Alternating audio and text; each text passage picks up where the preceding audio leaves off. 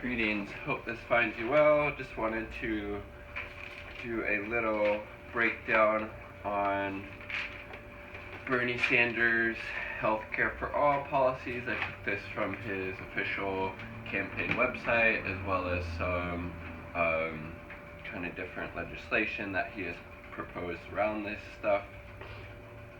So he breaks it down. There's still literally 30 million people in the U.S. who still don't have health care, even more than that who are underinsured. Medical bills are the #1 cause of bankruptcy in the United States. Bernie believes that health care is a human right, not a privilege.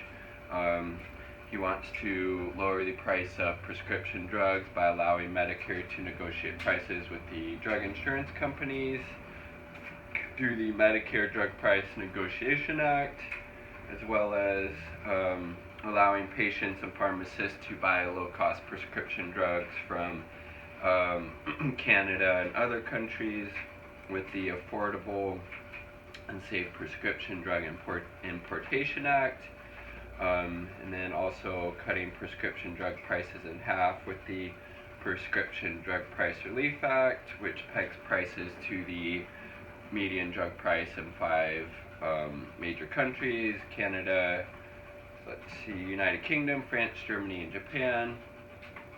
And then also, obviously, a big tenet of his platform is the Medicare for All single-payer system,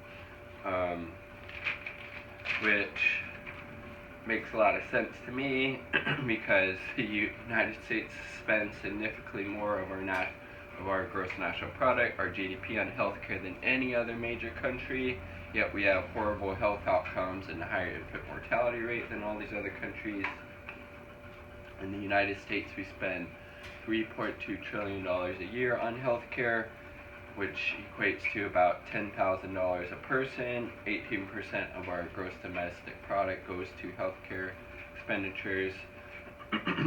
And we can just see how efficient a Medicare for All, a universal healthcare system would be. For example, only 2% of Medicare's costs go to administration. That's less than 1/6 compared to private insurance companies, so that would be quite a huge savings there. So federal government, which the money comes from us, obviously, the federal government excuse me, could save up to $500 billion a year just in administration costs and switching to a Medicare for All system. So that's obviously quite a big savings there. And then as well as, we have the highest prescription drug costs in the world.